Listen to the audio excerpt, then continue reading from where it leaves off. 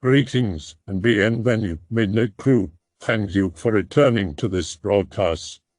And welcome to new viewers joining us for the first time. If you like a video, then feel free to subscribe. Some viewers may find the following video disturbing. Viewer discretion is advised. Do you have any mental problems? How does it affect your life? Anything from simple anxiety all the way to schizophrenia stories are welcome. My father has bipolar and schizophrenia. I was mostly raised by him. My mother spent most of my childhood working after my father got a severe and permanent back injury at work. He can barely walk to this day. He was medicated for most of my childhood, but that only dampened his symptoms. It didn't suppress them completely.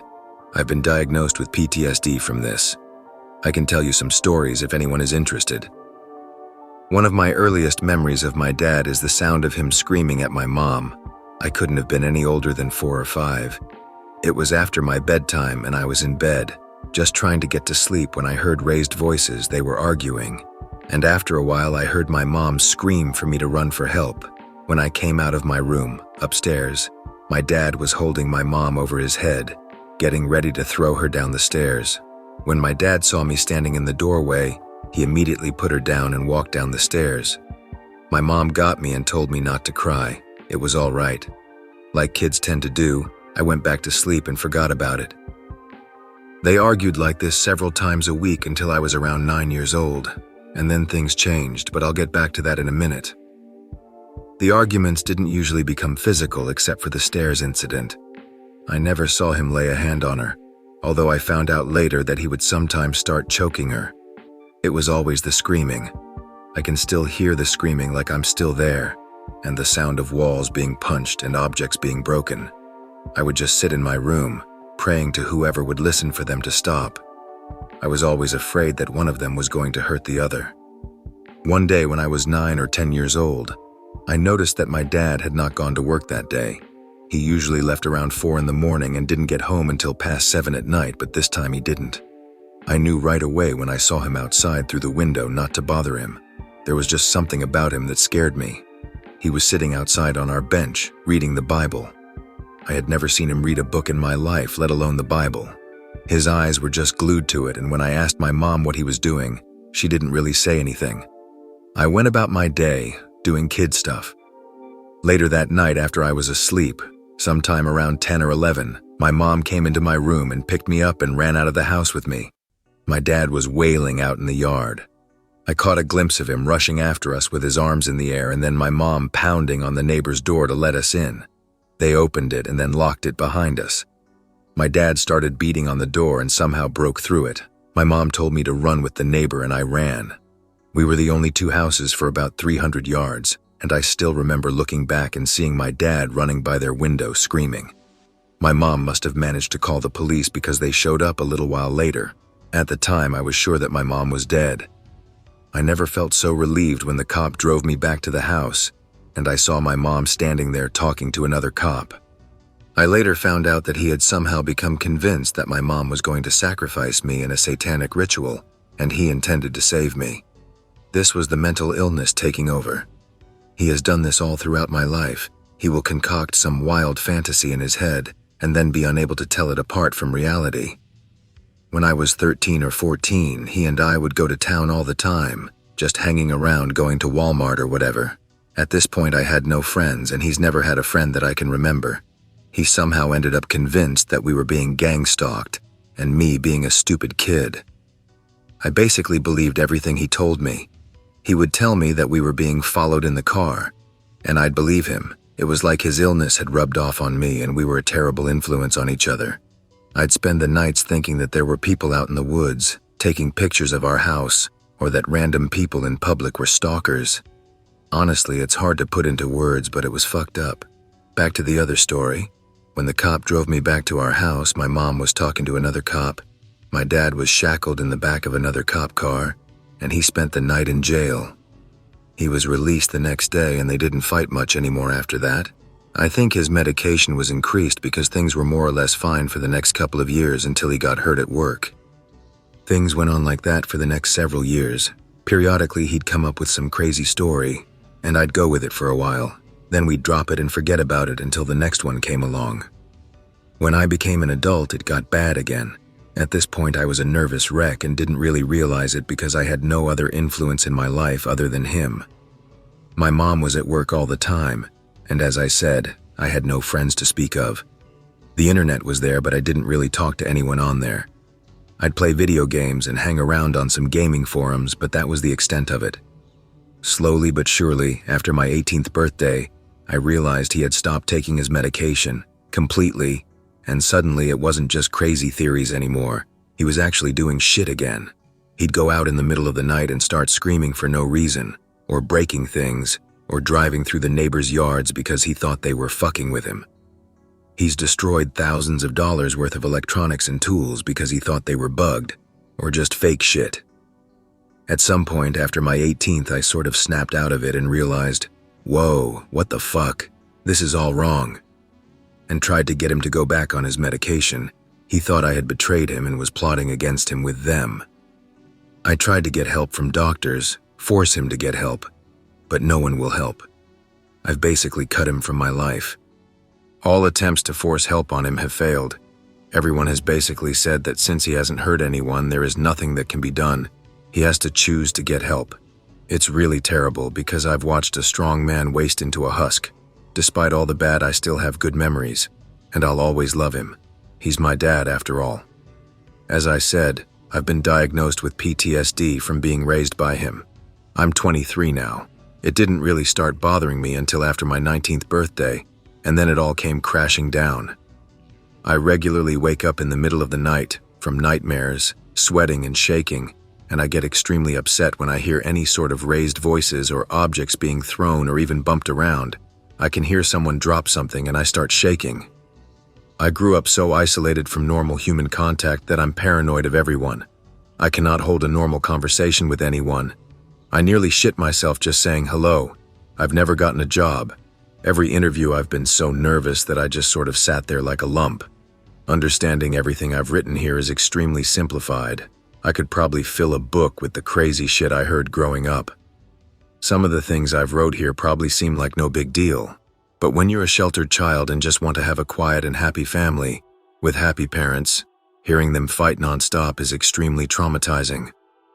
Are you sure it's PTSD and not just straight-up paranoid schizophrenia? It's genetic, bro. When I was a child, I could not always tell what was real and what was not. My dreams were extremely realistic and detailed, and I struggled to separate memories of them from my waking life. As an adult, I had severe depression and hikikomori for about 2 years, after I couldn't trick myself into caring about my classes any longer. I'm employed now, but I don't know how long I will be able to keep that up. I'm getting careless and I barely make a living wage as it is. I've been to 4 or 5 totally useless shrinks who I couldn't afford long enough to get any kind of diagnosis from, except for one who turned the tables on me, and we ended up talking about her more than me. Medical doctors just thought I was on drugs or some shit, but I never was. Looking back, they probably thought that because I was so spaced out that I didn't feel real. I still often feel like that, but not quite as bad.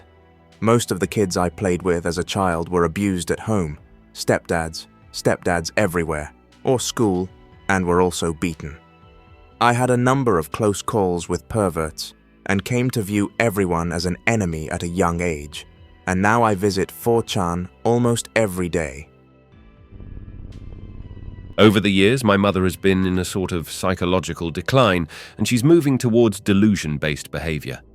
Psychedelic users may know what I mean when I say that. After a couple of trips, you start to see patterns in nature, fractals, geometry, etc. It may lead to an increased interest in it, as you see here and other places.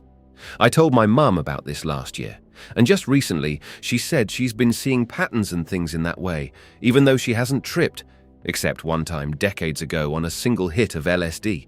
Now, at first I wasn't worried about this, until she told my brother that she could see faces in the now faded Sharpie shadings of a drawing in my garage. When you look at it though, there's no such thing, only strokes of ink.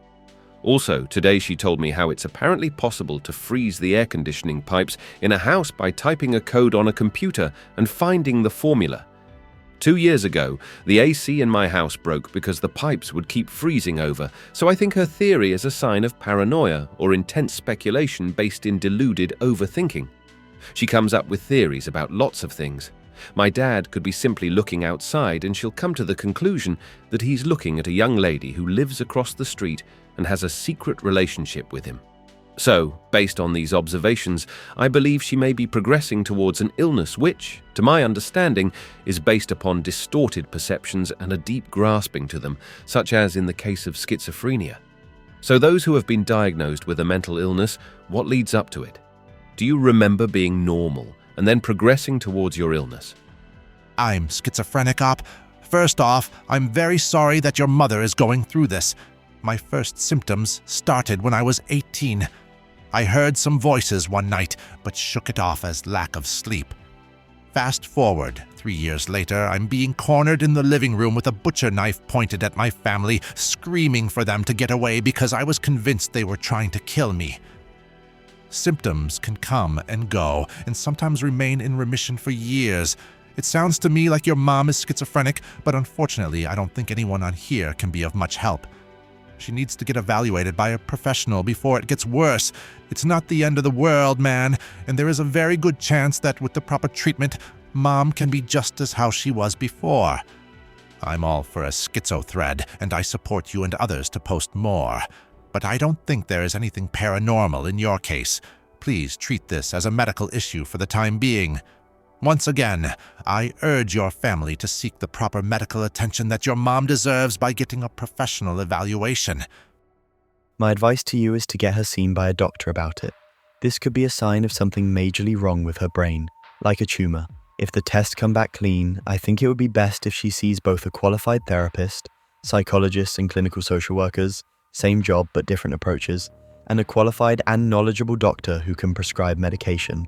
I wouldn't fuck around with this if I were you. I agree with him.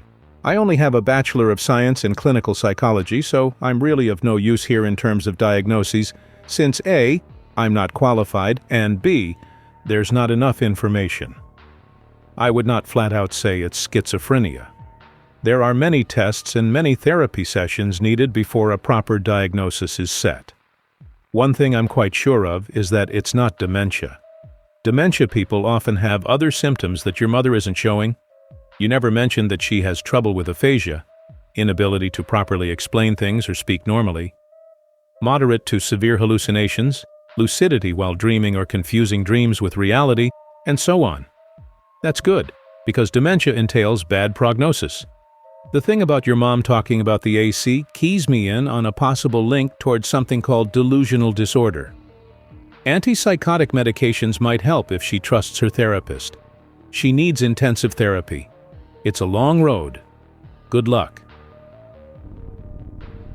Insanity lingers and thoughts bring us to the brink of such.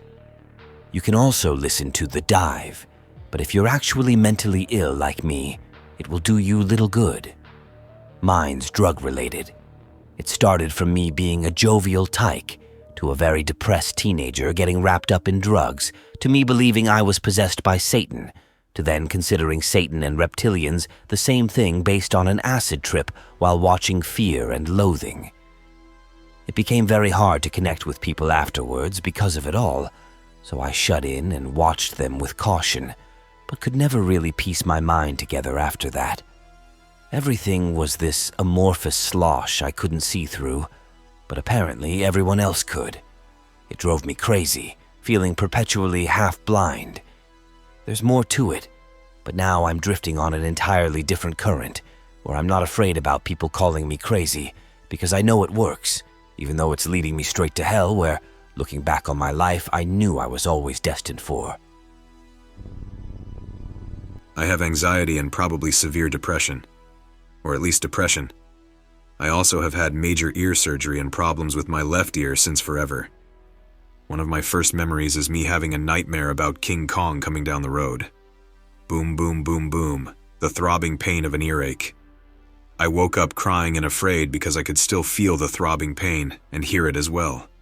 I was freaking out, but my mother just told me to calm down. It was just an earache and a nightmare. To this day, hell, at this very moment, I have tinnitus so fucking loud in my left ear that I can barely hear the fan over it. I need constant noise around me, otherwise the ringing in my ear consumes me. I'm pretty sure it's the cause of my depression. I'll never, at least for the rest of my life, have a moment of silence. This often leads me to inhero thoughts, but luckily I'm too afraid to go through with it. If you went deaf in that ear, would the ringing stop? Nope. I've probably got about 15 to 25% hearing in it as it is. It's going to be a constant for the remainder of my days. There's no cure. But listening to some white noise or certain sounds will lessen it for a minute or two. Not related, but maybe you could answer my question. Today, while in the gym, I was resting and suddenly became deaf in the left ear for a couple of seconds while a very loud buzz-like noise appeared instead. Slowly, the buzz became quieter, and equally slow, I got my hearing back. This had happened a few days back too. Do you have any idea what it might be? This happens to me, and I only have high-functioning autism. I think this shit just happens sometimes. I was psychotic once in my life, drug-induced, at least partly 3 years ago. Stopped taking my meds entirely 1 year ago because I said, fuck it, I will risk it, and so far it paid off. I don't think it was hormonal imbalance or something.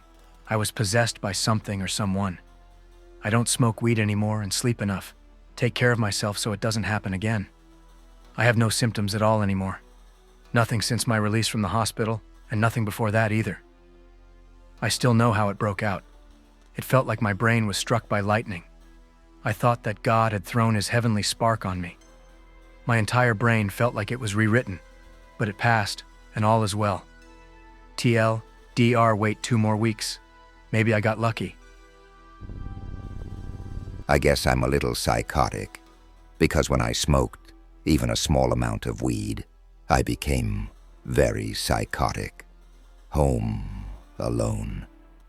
Start hearing my mom and brother talk about me in my mom's room next door. I'm gonna stand up for myself. Nobody is there. Now their voices are in the kitchen. Nobody is there either. Now I hear them say something about how I'm so stupid that I can't even find them. Open all doors, turn on all lights, nothing. No cars except for mine in the driveway. Give up, put music on really loud, don't hear them again. That's the freakiest thing that ever happened. There were also a few times I mistook someone talking to me as a voice in my head, and vice versa. None of it has happened since I stopped. I also have had a similar experience, but only once after smoking. Sit on the couch, half asleep. Hear yelling in the neighbor's apartment. Music, which was being played in my room, seemed like it was coming from far, far away.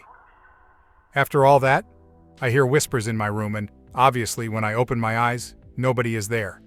But I could hear them with my eyes open too. At this point, I think it's a dream. So I start to blink my eyes very fast multiple times to be sure that this is reality, and start concentrating. Black smoke appears in my room, and the whispers intensify and slowly become a female's voice. The voice is talking in some uncommon language and doesn't sound friendly. I pass out. I don't know what it was. For some time I thought that I experienced psychosis, but it's odd that I experienced this only once. Now I think that it might have been sleep paralysis, but I'm not sure. Sometimes when I'm home alone, I hear some noises in the house and think that someone has trespassed and become scared. Whenever I check the house, it's empty, but I believe I can classify these experiences as paranoia. Know this guy who sells weed. His great-grandfather and grandfather were both actual Freemasons. In their house, they had a cabinet full of old memorabilia from both of their times in the Masons, but his father had elected not to join. This guy is extremely paranoid because he's a drug dealer, and most drug dealers end up paranoid wrecks. He starts learning about the Illuminati, and since they're supposedly linked to the Freemasons, he starts believing it's a real thing, and he eventually stops going to school and just spends most of his day every day reading conspiracy sites and shit. Eventually suffers a psychotic breakdown after someone said the wrong thing to him and attacks a couple of people. Lives in an insane asylum now. To be real, though, kid always said the Illuminati were watching him and shit. If it turns out the Illuminati is real, I'm gonna feel like an asshole for telling him he was nuts. I had a roommate in college who was Baker-acted. Apparently, his schizophrenia manifested, and without realizing it, I watched this person break down in front of me over the course of 2 weeks. In hindsight, the signs were clear, but he was always such a quirky kid that I didn't really notice. In regard to my roommate who was committed, I will refer to him as Jeff. Here's a little backstory. So Jeff and I had known each other since high school and ended up going to the same college and moving into a house together. The first year was fine, but Jeff was a pretty bad slacker and was at risk of losing his scholarship. His room was a constant mess and he was beginning to experiment with drugs. He also didn't know that he had a genetic predisposition for schizophrenia. For those of you who may not know, a person can have a predisposition to it without ever having it manifest. And if it's going to happen, it typically begins in the late teens to the mid-20s. Psychoactive drugs like marijuana and LSD can help activate one's condition, or even a blow to the head. 3 weeks before Jeff was committed, he tried 4 doses of LSD on his first try and played Fallout 3 for the rest of his trip. A week later, he was at a neighbor's party by himself and 10 guys attacked him by pulling his own shirt over his face and beating him in the head. Week after Jeff's big brawl, Jeff's face is swollen to the point that he looks like he has Down syndrome. My girlfriend and I are headed out to dinner and invite Jeff. He's sitting on his bed browsing the interweb while his pet rat is rattling around in one of those balls you put gerbils in. No thanks, Anon. I'm gonna grill something up here. Think nothing of it and leave. Come back an hour and a half later and see Jeff using the grill on the back patio. No big deal and walk right past him. Go to my room and shut the door to watch a movie. 15 minutes go by and Jeff's knocking on my door. Look at what I made. On a single leaf of lettuce with mustard and ketchup circles around it lay his pet mouse, skinned and barbecued. Get the fuck out of my face with that. Shut the door. The next day Jeff told me how he killed it. The worst part. First he tried to break its neck with his hands. After a few unsuccessful attempts, he whipped the mouse straight down onto the concrete patio floor. Apparently that didn't work, so he did it again. Then he filled up a bucket with water and proceeded to drown it. Poor mouse. Fucking asshole. Well, fuck me then. Guess I'll stay the fuck away from acid and weed. Supposedly I might have a genetic predisposition towards schizophrenia. Was he normal before all that? I have never been terrified of something I've read on /x/ before. Normal is relative. Like I said, he was a quirky kid. But when we went to high school together, he was in the highest level classes and we managed to go to a top 10 state school. I'll keep going just for you. As I mentioned before, Jeff's digression was not clear to me at the time that it was happening. I actually interpreted some of his behavior as him trying to get his shit together. For some context, Jeff and I had just started our spring sophomore semester, and we had one class together that we were taking for a general education credit. Jeff also had received a written arrest for having been caught drinking underage on campus during a football game over 6 months before, and had a minor in possession, MIP, on his record. He was supposed to report to some sort of disciplinary council at the university, but since it had been over 6 months that he had been blowing it off, he wasn't sure what consequences awaited him for failing to go. Also, since long before his trip/head trauma, his room was a dump. Some of the furniture was even pushed away from the walls because he wanted to do some sort of mural, but he never got past sketching a few square feet in a bottom corner. Okay, so all of this is context. The next post will be a description of his breakdown. The week before Jeff's eventual demise was one that got progressively weirder. Check the referenced post for context. I'll greentext this next bit. Aside from the pet mouse BBQ, Jeff seemed to be getting his shit together. He shut the door to his room that night, and I didn't see him open it until the next night. Door open.exe. It is fucking spotless. I can't believe how he managed to do all of it without me noticing, but whatever. 2 days later, we have our Gen Ed class together. Jeff shows up early and sits down next to me in an auditorium of over 100 people. He's wearing a shirt and tie and tells me that he just managed to resolve his MIP charge with the disciplinary council. Good for you, Jeff. Yeah, thanks. Jeff starts glancing around the room. Hey, Anon, do you think it's possible that the university is monitoring us? Jeff, being the quirky kid he was, it wasn't too much of a stretch that he'd ask something like that. I also glance around the room to humor him. I don't think so, Jeff. They could have cameras, but it's so noisy in here from everyone talking that I doubt they could pick up on our conversation. Yeah. You're right, Anon. That doesn't make any sense. Class begins. We didn't speak again until later that night. That night, I'm sitting at my desk in my room just killing time before I have to go run an errand. Jeff walks into my room with a wide-eyed look of shock or amazement. He was clutching a workbook for his class called Listening. You're not gonna believe this, Anon. Just look. He starts pointing to the questions on the page asking me, how did they know? How do they know? I look it over and it's just some generic run-of-the-mill quiz about organization habits and extroversion versus introversion. Yeah, Jeff. It's pretty neat. Try to be honest in your responses. You don't have to impress the teacher. I assume that the quiz is acting as a wake-up call for him, and he's finally going to get his act together. For the rest of the week, Jeff is very reclusive, but from the looks of it, he is now tenaciously trying to salvage his life. I don't really remember seeing him eat either. Friday rolls around and a few friends come over and we all go to a neighbor's to play some drinking games. Normally, Jeff would never miss a party. Instead, he's laying in bed at 9 p.m. and saying that he grounded himself from partying and that he needs to get an early start in the morning. Whatever you say. Think that maybe it'll be good for him. When we come back at around 3 o'clock, we can hear him rummaging around his room. In the morning, I cooked breakfast for Jeff and another buddy who came by to work on his car.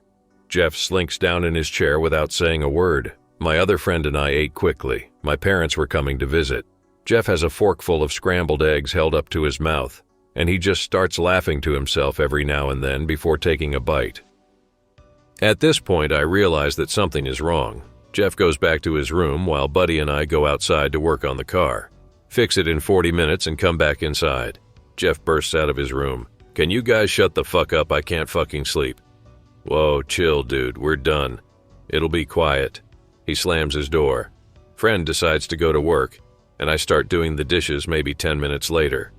While I'm doing this, Jeff comes out of his room and into the kitchen. He opens up the door to the back patio and just stands in the doorway looking out into the backyard.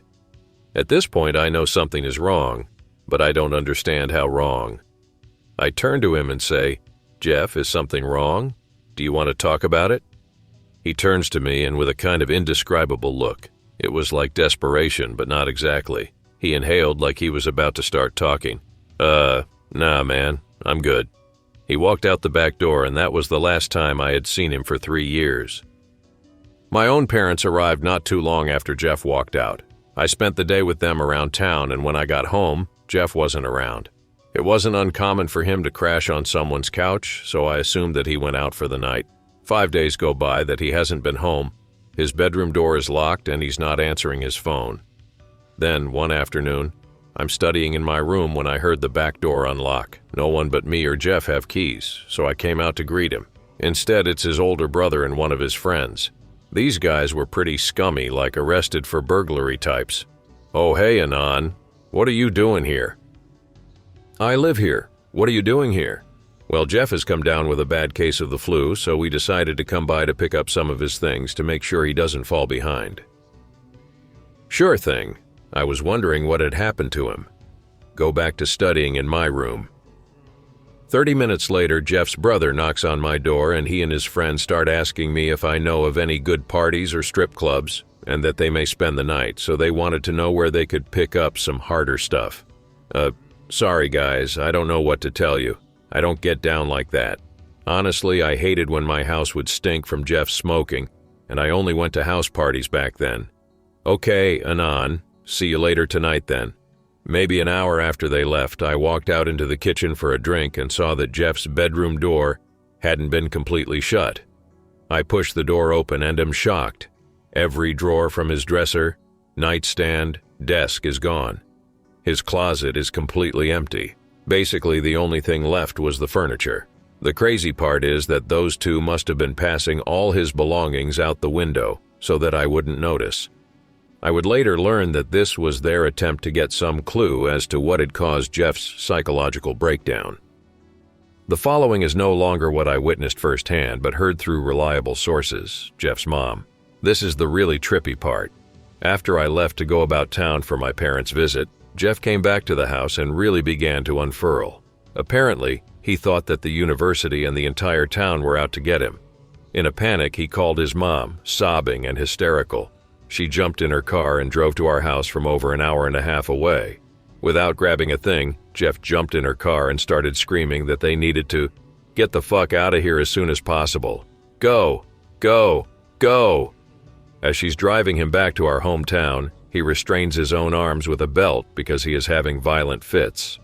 She finally gets him to an emergency room, not knowing what to do. At this point, he is consistently having seizures and fighting the staff.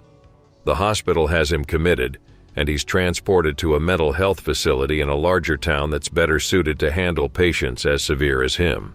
In this psych facility, Jeff was under the delusion that he was in a prison break type situation, where his main objective was to escape. Guess what? Jeff fucking escaped. But he was so out of it from all of the medication they were giving him that the staff managed to apprehend him before he got too far. Eventually, Jeff did get his head back on straight. He moved back to our hometown and finished college there with a surprisingly good GPA. He also admitted to me that while he was there, he wrote me a letter, but he never let me see it. Jeff is now on a steady regimen of antipsychotics and working as a successful engineer. I've been diagnosed with so much shit I barely keep up with it anymore. I've been ADHD, bipolar, schizophrenic, anxiety. Been in and out of therapy and on meds since I was like 6. My current diagnosis is schizoaffective disorder, but the doctor who evaluated me most recently was a total jeet that wouldn't listen to a damn word I said. I plan on finding a competent doctor soon, but the options my insurance will cover are pretty limited. I've taken care of or adapted to most of my issues by myself. I just need a doctor that will prescribe me a stimulant and an anti-anxiety drug. On the subject of daddy issues, my father was a raging alcoholic who would beat my mother regularly. I ended up holding him at knife point until the police arrived once. Then when it happened again, I was going to shoot him from the window as the cops were leading him away. But my grandfather fucked up my shot, and I nearly took a cop's ear off. Mental illness is largely a societal issue, or more specifically, our society is designed in such a way that it causes moral, mental injury or illness. The hyper-commodification of nearly every aspect of human interaction, work, education, sex, spirituality, socialization, etc. The lack of any real civic engagement and community involvement.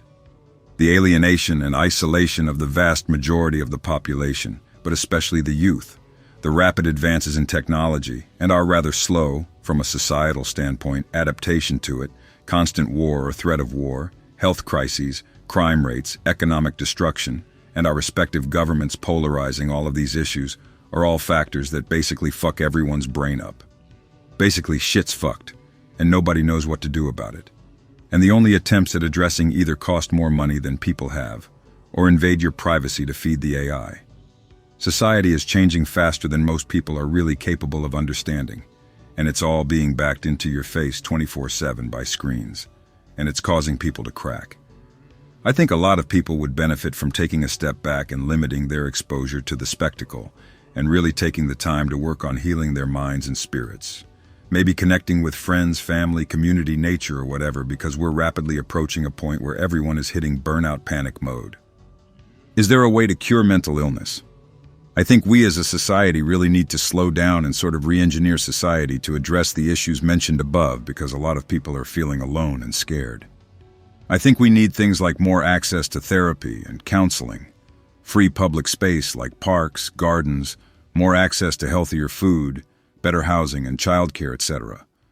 And we need to bring back civic engagement or community social clubs and activities, because we're pushing a lot of people over the edge, and there doesn't appear to be any real safety net for most people, or a way for people to connect with one another outside of the internet in most places.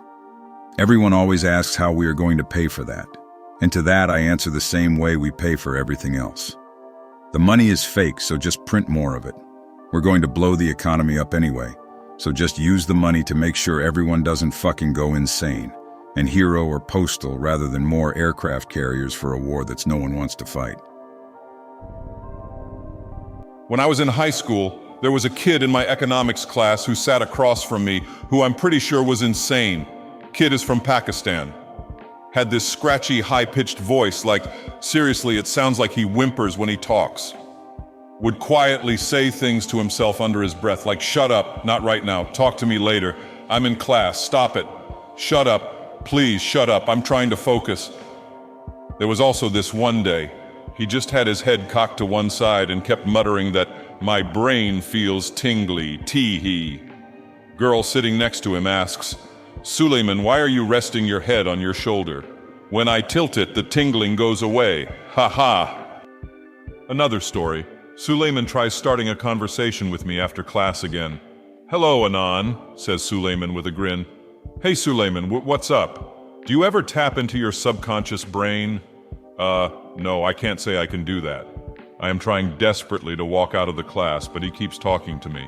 At this point, we're the only kids in the entire classroom. I can access all of my conscious and subconscious thought at once, creating a super-connected network to tap into my inner deep thoughts all at once. It takes practice, but after you achieve it, you become enlightened. Want me to show you how? It's difficult at first, but I think you could achieve it. No, thank you. Sometimes it gets frightening, I don't blame you. See you, Anon. See ya. Last story. Teacher asks the class, what is your favorite hobby? Please raise your hand. Suleiman literally knocks his chair over while shooting up off his seat. Stops himself from screaming, bites his lip as hard as he can, and raises his hand while doing something similar to the potty dance to contain himself. Yes, Suleiman, what's your hobby? Asks the teacher. Staying up all night and watching anime. I love my anime characters. I hope that you enjoyed tonight's broadcast. If you enjoyed tonight's story, then please subscribe to the channel as more Greentext will appear daily. A new broadcast will appear when the clock strikes midnight Central Time.